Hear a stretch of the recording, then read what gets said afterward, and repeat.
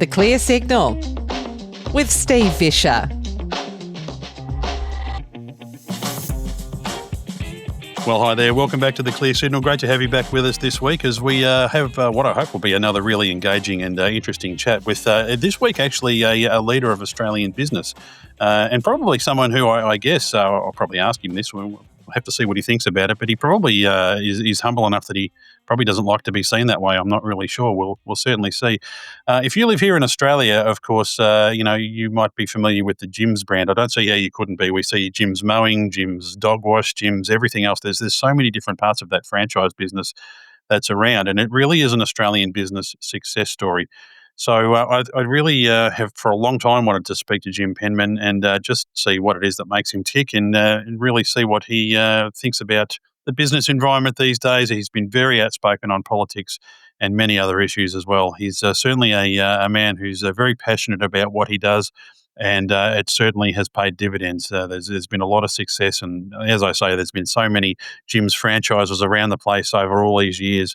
He must be doing something right, so perhaps we can all learn from that. It's a really great privilege to have him with us. He joins us on the line now. Jim, welcome to the show. It's great to meet you. Yeah, good to be here.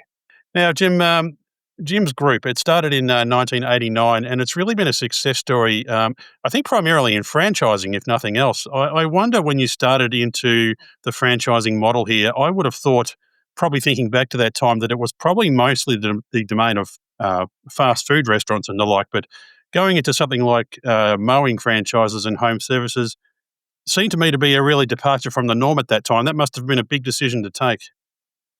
Well, I wasn't the pioneer. A company called VIP was already doing it.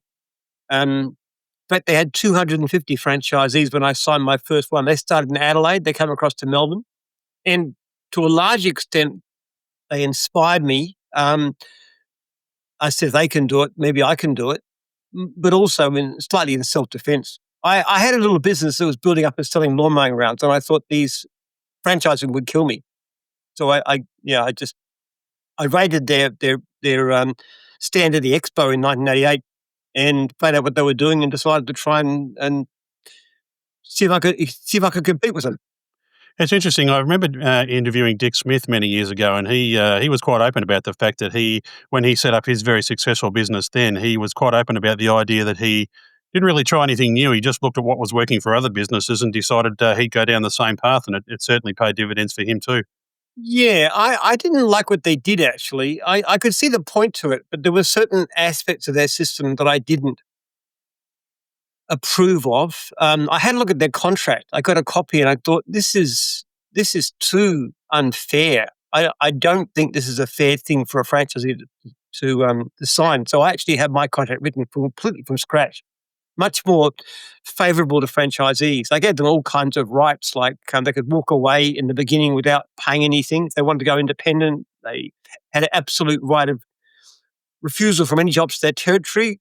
We were actually forbidden by contract for taking any leads off them without their consent. They had the automatic right of renewal. There's a whole stack of stuff in there. They could grow to whatever the extent they liked and still pay the same base fee, so their fees wouldn't increase.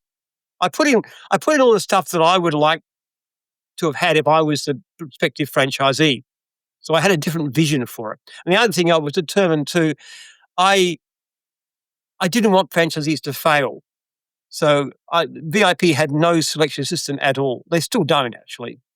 But I said, I'm not going to take anybody on that I think is going to fail. So I would interview them and I would troll them on the road. I go with perspective with good people. If they didn't do well, I wouldn't take them.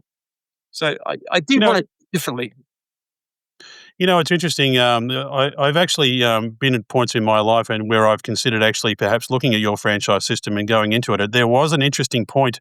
I just speak from personal experience here. I was looking at buying a franchise for my son, who's in the turf industry and was looking for new opportunities at the time. And one of the things I really appreciated about your representative that came to my house that day was he was really honest about the prospects of how that would work, the way my son had his finances set up at that time. And he was honest enough to say, I don't think this is the right time for you. And I found that honesty really refreshing in business. I mean, he could just as easily have said, yeah, take our money and go. But that's not what happened. And I think that's something that really makes your business model stand out. Yeah, quite proper. We had a case a few years back where a a lady approached me about a problem with the contract that was being prepared. And I found out that she was buying a franchise on behalf of her son, who was in his early 20s. And she said, because he can't find a job. And I said, we're not going to sell you a franchise. That's outrageous. Because I didn't say it to her. I said, no, because that's a recipe for failure. You're providing the money. He can't find a job. That is a guaranteed failure. And she said, I wish I'd never called you. And I said, it's a jolly good thing that you did. She said, what do I do? He's got no work. And I said, why don't I get him to go out on the road with a couple of my guys in the area who need workers, which is pretty common in our industry, and see how he goes. He went out a couple of guys. He was hopeless, absolutely hopeless. Now, that was a really bad thing for the franchisor to do. In fact, when the contract came up for renewal the following year, I said, we're not renewing, sell. That was the final straw. That was an outrageous thing to do, to actually take somebody that he must have known would fail. Yeah, it's really interesting. I suppose if we look back at the time when you looked to set this up, and we look at the economic times that were sort of around at the end of the 1980s, I have a theory, Jim, that this sort of economic phenomenon is cyclical. We sort of saw it towards the end of the 2000s. Now we're seeing it in the 2020s, where times are tough. How do you see the times now in the business environment compared to back at the time of Paul Keating's rather infamous recession we had to have? Well, we loved the recession you had to have because our problem is not finding clients, it's finding franchisees. We grew from 1,000 to 1,400 in a single year. We have never grown that fast before or since. And that was because times are bad. Like, we do a lot better in New Zealand than Australia, because the New Zealand economy is terrible. So even though I personally want my fellow Australians to be prosperous, and I vote for the party I think will achieve that, which by hint is not the Labor Party, from our point of view, it's probably best if the Greens came to power, because then the economy would be so bad that everybody has to join a front to make a living. That certainly is pragmatism. They were tough times at the end of the 1980s. We'd come through a boom time. Things were very prosperous. I think back to those times. I was in my late teens back then, and I remember my father was in the earth-moving game at the time, and business sort of dried up. And I remember anytime Paul Keating, the Prime Minister at the time, would come on the television, my father would get very agitated because times were very tough. What that forced him to do, and I guess what it forced you to do, was look for new opportunities. And I suppose tough times is when that sort of drive in a lot of people comes out. Yeah. Well, we actually find it a lot easier in recent years in terms of clients, even though the economy lately isn't that great. Because our complaint rate has dropped so dramatically over the years, over the decade, for various innovations like our survey system. As measurable complaints have gone down to a fraction of their former level, so the leads have risen. So we've given back well over $1 million to franchisees in unspendable advertising, because the franchise is just so flat out that there's just no reason to spend the money. They're flat out the year out. I've actually gone through just recently and slashed the fees for two of my franchisees' divisions, fencing and dog wash, because we just simply don't need the money. That is amazing. Why do you think it is? We hear so much negativity from media and media commentators, and certainly it's a lived experience for people in these tough times, where things are tight, where money is tight, interest rates are high, the amount of money people have to borrow these days compounds that exponentially. Yet, as you say, there are still people that are wanting to pay to have so many different home services done for them. Why do you think that is? Yeah, there's a tremendous demand. But what clients want in particular is good service.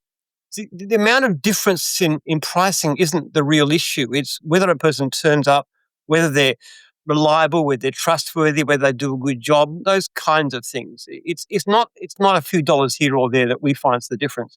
The big difference is the better your service becomes, the easier it is to find clients. My daughter and her partner have just started the last 6 months, 6 months ago, Jim's Removals, and they are absolutely flying. And they've got, in our internal system, they've got 70 reviews. They're 5.0 stars. And they're getting so many repeats and referrals. They're about to pick up their second truck this week, and they'll have 3 or 4 by Christmas.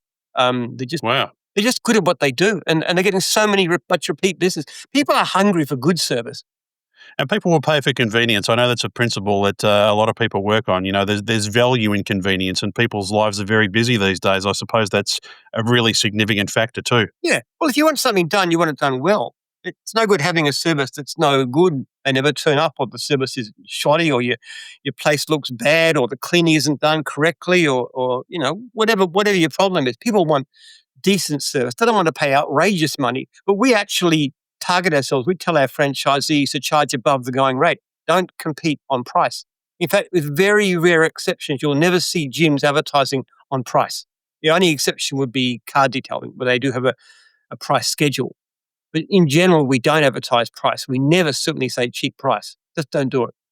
Jim, you talked there a lot about the way you like to support your franchisees, and one of the aspects of business that always I'm quite passionate about is leadership and the way people lead businesses. What you were really talking about there was seeing people, as human beings, rather than just seeing people as a franchisee or a number. How important is that ethos in your business? Obviously, it's a very significant factor. Is that something that you've studied, or is it something that's just comes naturally to you? It's always been the case.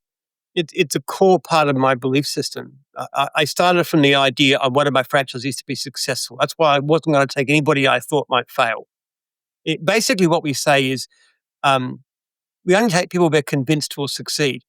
We've got a 3-part thing. I had right from the beginning. Our first priority is the welfare of franchisees. We're also passionate about customer service.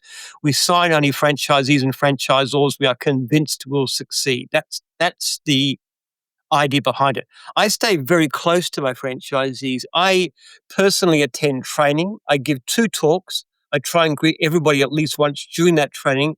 I write to them after 1 month and ask them how they're going, and really, and I also give my direct email and phone number to every franchisee, everyone, and repeatedly invite them to contact me. And they do actually, generally several a day will contact me about something. Do you find that a lot of people? One of the things I find as a leader in my sort of line of work outside of what I do here in the media is that people have a lot of things going on in their lives that you might not see, and all of that affects the way they perform in their work life and their business. I would imagine people come to you not only with business problems, but also problems that might have an impact on their business, which I suppose in a way could potentially have an impact on your brand as a whole. So that's something that you would have to certainly manage and certainly help people walk through. We're very concerned about mental health. It's probably the number one charity. All the money fundraising we do, like we support men's sheds, for example. That's for men's mental health, those kinds of things, or Beyond Blue. We do a lot for our franchisees. First of all, a lot of what we do as a franchisor is designed to maintain relationships. For example, we have meetings which are supposed to be held 8 times a year. That means they get together, ideally have a meal, and they get to talk to each other and build relationship. The franchisor is not only there to take calls, but should ring the franchisee at least monthly, ideally weekly, especially in the beginning, and contact with them and see how they're going. So not just accept it, but actively go out and do it. We also have franchisee mentors who are not paid, who are available to talk to franchisees. All of our franchisors are trained, including myself, I might say, in dealing with mental health issues. We have a free on the phone psychologist available to give psychological help and counseling. We send out fridge magnets with all the contact details. We just do everything we can to try and help them with mental health. It's a really wonderful thing, and I think a lot of businesses could really learn from that where, sometimes people just feel like they're a number or whatever. I've spoken to a number of my local gyms around my area that I've, bumped into over the years. They all speak praises of the way of your leadership style. So I think that really speaks volumes. And I suppose there was a time that was quite challenging recently, of course, here in Victoria particularly, where that sort of leadership style of yours really came to the fore. And I think in a more public forum, when you took the decision to really speak out over the lockdowns around the pandemic and all that sort of stuff, that must have been a big decision to make for you. Or really was it, given your ethos? No, it wasn't a decision. No, it was so outrageous what the state government of Victoria did. It was just terrible, and there was so obviously no reason. Their own guidelines set out a few days previously at the weekend. It was like 4 days of very careful and sensible regulations about public health, including, you know, shutting down restaurants and this kind of thing too, fair enough. But individual contractors working by themselves were allowed to. And then the Premier gets up at a conference the following Wednesday and says, you can't have your lawns mowed or your houses cleaned, which is really interesting wording because he wasn't thinking about 100,000 plus Victorians being out of work because they're peasants. They're not important. They're just mere workers. I'm considering my affluent inner suburb people that I identify with. Well, frankly, I don't identify with you, your affluence, but I identify with my people. And it was absolutely outrageous. And he had no health advice whatsoever because we took him to court to challenge it. He said, what was your health advice? And the answer was, we don't have to tell you. In other words, he had none. So there wasn't really any decision. I was absolutely outraged. I got to say it was difficult. 2 of my daughters wouldn't speak to me for months. They really got furious because I was supporting, dear Angel Dan, who's such a perfect person, and they were outraged. Afterwards, I had a little slightly different attitude, but at the time it was very difficult. But I never considered not speaking out. It was terrible. It was really a case of a psychological warfare, I almost thought. You talk about leadership style. There was the Victorian Premier, Dan Andrews, and I should mention, there's a lot of people that watch my podcast that live outside of Australia. I mean, have a look back. Look at a documentary, for example, called Battleground Melbourne, if you want to know what it was really like living here in Melbourne at that time. It was something akin to living in 1970s East Berlin, I kind of always thought. But Andrews had a push or push through mentality. It was always about politics to him. It's certainly coming out now, of course, that there was really none of his decisions were based on health advice. But looking at your business and your decision to advocate for your franchisees and the people that matter to you, that really stood out to me as something that a business leader would do that not a lot of them were doing at the time. Well, it's very cynical politics. It really was. There was nothing behind it. We actually had the worst lockdown by far of any state in the Commonwealth. We also had the highest death rate per capita. We've also got the highest debt of any, and we've got the worst business state for doing business. I mean, it's an appalling government. They really were. I cannot believe that people re-elected them. But it's an indictment on their opposition, I often think. I mean, their opposition is so weak here in Victoria that I think it just creates an opportunity. I spoke in my last podcast with my guest, Damien Kuru. We were discussing the way the left side of politics in particular are so effective at managing media and managing messaging, whereas I don't know what you think about this, Jim, but their opposition is just hopeless at it. Very good on the social media. They're extremely skilled at the politics of social media. The Liberal Party in general was pathetic at social media. I don't know what there is about them. They just can't handle it. I reckon we're better at social media than the Liberal Party is.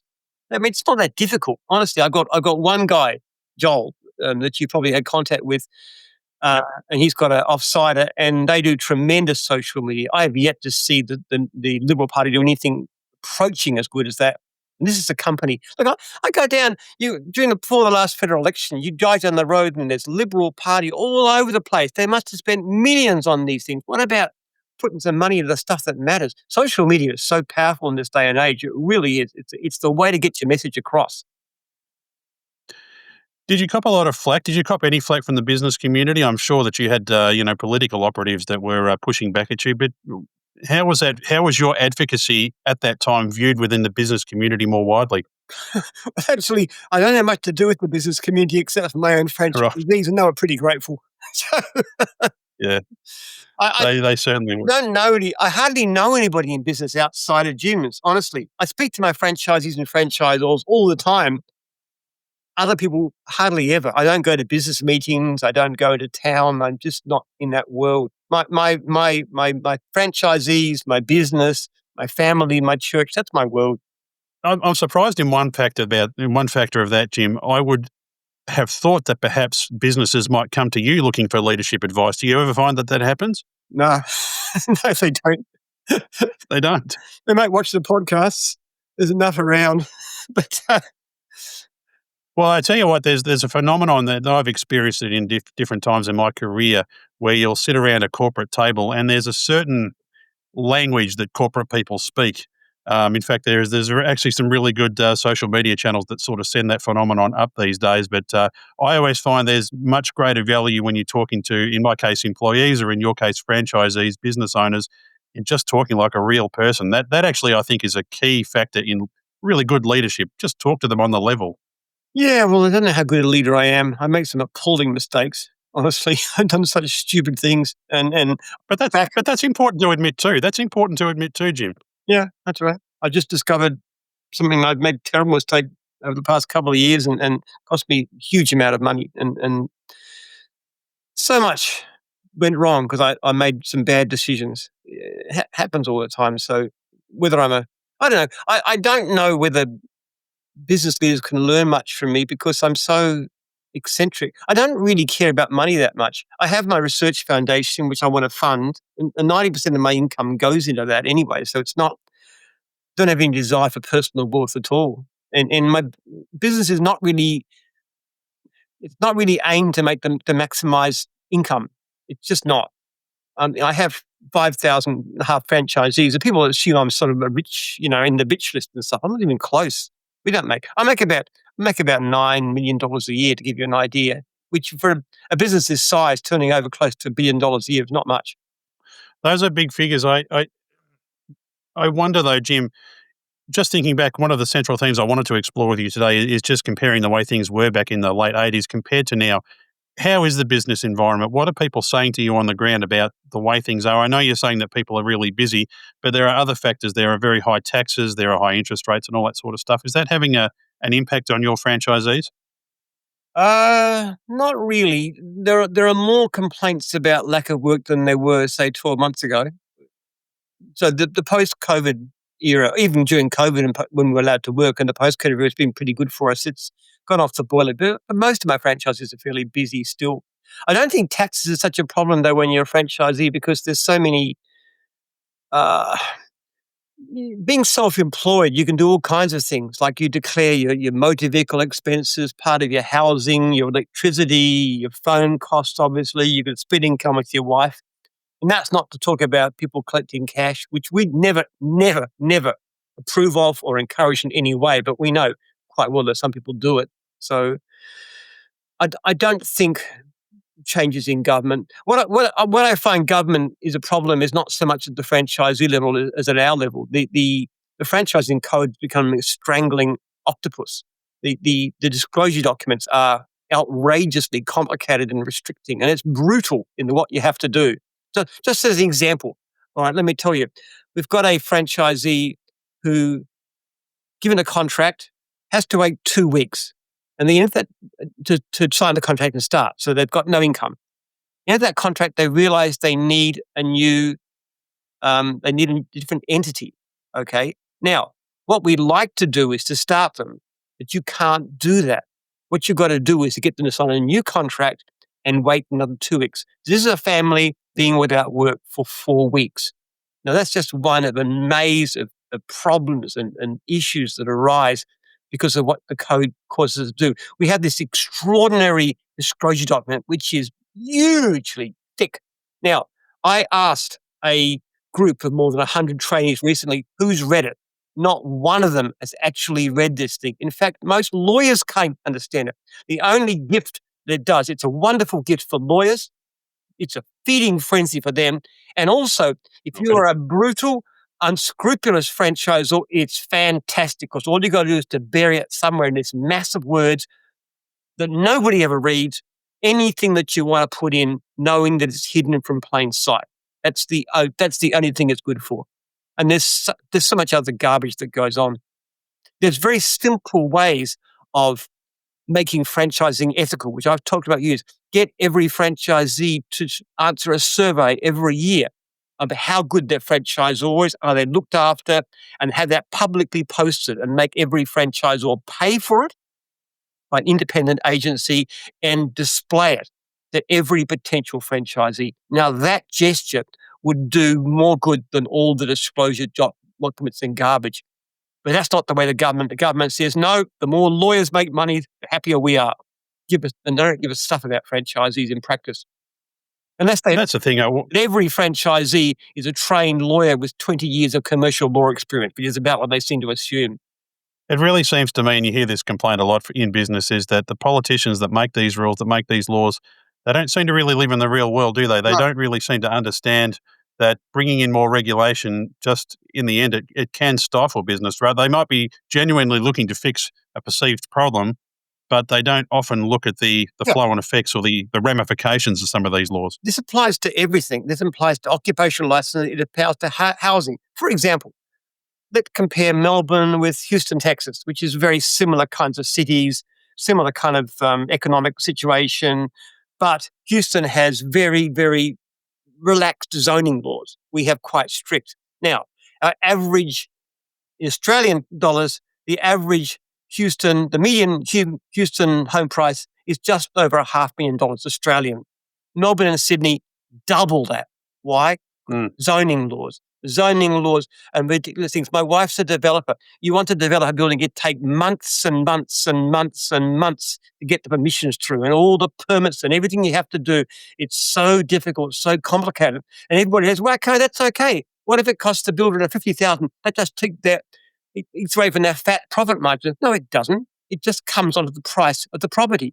And that's why housing is unaffordable. It's government that makes housing unaffordable. It's forced up the price of housing. So people who are rich, people who got money, see their property, and including myself, I might say, their property goes up and up and up and up in value all the time.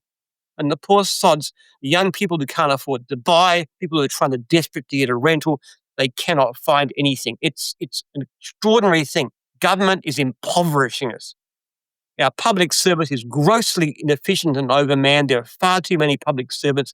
They are so inefficient that they're enforcing laws that have no sense. If we cut a public service by 2/3, which I estimate you could easily do, and do all the things you do to have clean air, you could actually give every Australian family tens of thousands of dollars a year. That's how much it costs us. It's interesting you mentioned Houston, Jim. I'll actually be there in about 3 weeks from now, and I have lived in the United States, and one of the things you find over there is much more of a can-do attitude when it comes to business, I find. That really goes in line with what you're saying there. Here, it always seems to get kludged up in a lot of regulation and bureaucracy. Over there, generally speaking, I know it's a broad sweeping statement, and maybe some of my American viewers might dispute this, but I find it's a much more business-friendly environment there, generally speaking. Well, it depends on the state, though. If you're talking about Texas, yes. If you're talking about California or San Francisco, absolutely not. They're worse than us. No, true. Yeah. The Greens are in control in there. I mean, the actual price is in San Francisco. The average price, median house price, is way over what they are even in Sydney or Melbourne. It's obscene. Ordinary people can't afford to live in there. Ordinary people are leaving California in droves, despite the buoyant economy, moving to places like Texas where houses are affordable. It's outrageous. Government is such an enemy. The way it's run, it's such an enemy of ordinary people. It impoverishes everybody. And Texas, I'm a bit biased towards Texas, Jim. I've got to tell you, I used to live not far from there, and I reckon it's an awesome place. I love it there. But I suppose that leads on to a question about politics. We talk about all the problems that politicians create for us. I suppose when we look at opportunities, people might say, well, why don't you step up into politics? And people have said that to me over the time too. I did see on your website a reference to Jim's party. Have you advanced that at all? Would you really want to step into that arena, do you think? Yeah, I have had vague thoughts of setting up a YIMBY party to fight the next Victorian state election. I don't particularly want to be in politics myself, but the housing crisis seems such an appalling issue. It causes so much suffering amongst the poor in society. And as a Christian, as a human being, I have to recognize that. My children are okay in a sense. What happens is when they get to stage, they want to have children, I give them $1 million to buy a house. But how many people have got fathers who are multimillionaires? Great if you have, but what about the rest? But even then, they were looking, a couple of my kids were looking to rent a place, and they turned up and there's like 40 people trying to rent one apartment.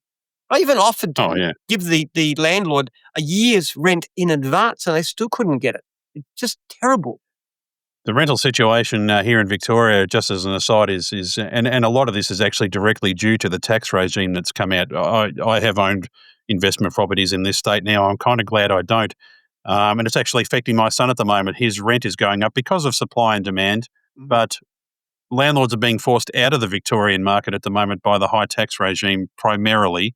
And this is not helping supply and demand, which is forcing rent up. And the problem just rolls on. It makes it very difficult for young people to save for a house of their own. It's not just tax, it's also the way that the law has become more and more biased towards, and it's easier to understand politically, a lot more tenants than landlords. So, making it harder and harder for landlords to make a living sounds fantastic from the point of view of a tenant.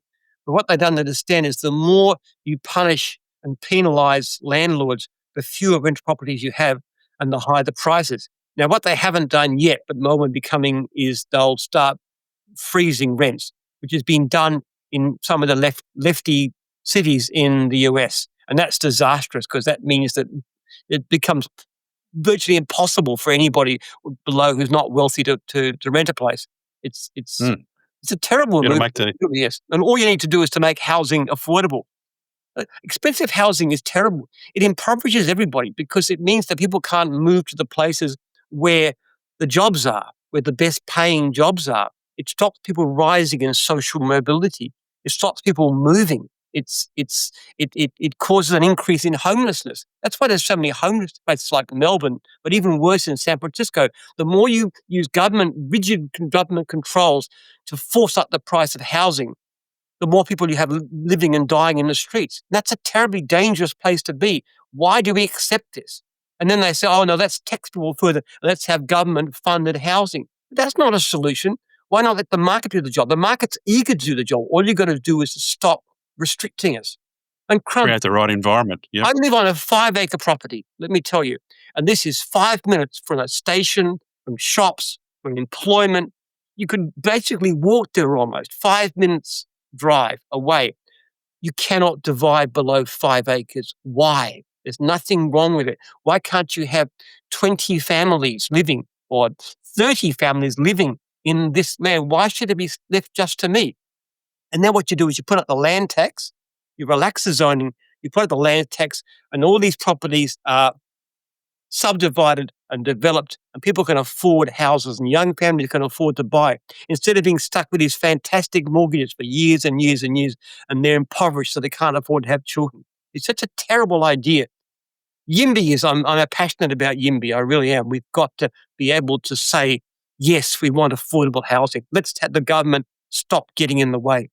And you can look at the other areas too. You think about taxis. Okay, for years the government said we're going to restrict the number of taxis. Why? Better service. Okay, garbage. As soon as Uber and Lyft come in and get past the monopoly, what do you have? Better service, lower prices. So the government spent years, they spent decades, all these regulations about medallions, and they did two things. Gave us worse service and higher prices. Is that really what we pay taxes to the government for? Here's all my tax money, government. Now, make sure I have to pay more to get poorer services. I'm reminded of that really famous grilling that was given to Kerry Packer back in the day when he was testifying to, I think, a Senate Estimates Committee, where he basically said it's every Australian's moral duty, if you like, to not avoid tax, but to minimise their tax, because the money we're giving you, we've got to tell you, don't spend it too well. Yeah, that's right. Or words to that effect, anyway. Yeah. Well, he said, what he said, as far as I remember, he said, don't spend it so well, you want to give them any extra. That's exactly right. Some points. He's a funny guy. He was talking with supposed to be a Texan millionaire one time, and he was boasting about how much money he had his ranch was worth, and Kerry said, "Posh you for it." Jim, there's so many things that we could be concerned about, but there are also many things that we, in life that we can also be very grateful for, and there's always hope for the future. Would you have a message for people that perhaps are struggling or looking for new opportunities about changing their mindset, or what would you say to someone who's really looking for a change in this environment? It's doable, isn't it, given the right circumstances? Yes, yeah, there is. Look, there is money to be made. There are people, we reckon, we call ourselves the Millionaire Factory. We reckon Jim's group has created more millionaires and multimillionaires than any company in the history of this country, because you don't have to have money to start. I mean, like, to get even a lawn mowing franchise, which is a good way in, that's a royal road in. It's going to cost you, what, $25,000, $30,000? Most people can borrow that, get a mortgage, anything. It's not hard to find. The average franchisee turns over well over their profit is well over the median Australian income. So they're already starting off well. But not only that, but they've then got the opportunity to do better. There's nothing in our contract that stops people from having as many workers as they wish. Their fees don't go up. We've got franchisees turning over millions of dollars a year with employees all over the place, just starting off from nothing. Like Dan Cahill is a good example. He was a high school dropout, worked for McDonald's for a while, bought a lawn mowing franchise from us in his early 20s. He's now a multi-millionaire, and he's still in his early 30s and looking at going over to starting up the United States. I mean, high school dropout, the whole society will look at someone like Dan and say, hey, you're obviously useless. We reject you. You couldn't even finish high school. All right. He's a brilliant guy. Absolutely. But he actually speaks to our trainees as well to inspire them with his story. And he's done lots of videos. And there's so many stories like that. Great stories. Interesting you say he came out of the McDonald's system. I'm actually a big advocate for that system too, the way it trains their people. So maybe there's... My youngest son has just got a job at McDonald's. And I said, yeah, right on. Just don't eat the food, Aaron. It's terrible. Disgusting, unhealthy garbage. But as franchisors, McDonald's are great. They really are one amongst the best practice. I really admire them in that way. And in terms of training kids to take responsibility and move into leadership, fantastic. I said that's my number one preference as he goes to work there. Jim Penman, it's been a joy to talk to you, and I'm really humbled to meet you. And I could sit here and talk to you all day, but I know you're a busy man. Thanks so much for joining us. People can find your business and check out any of the home services, of course, at jims.net. And thanks once again for spending some time with us. All right, good to talk to you. Get in touch. Join the conversation. Find us online at clearsignal.com.au.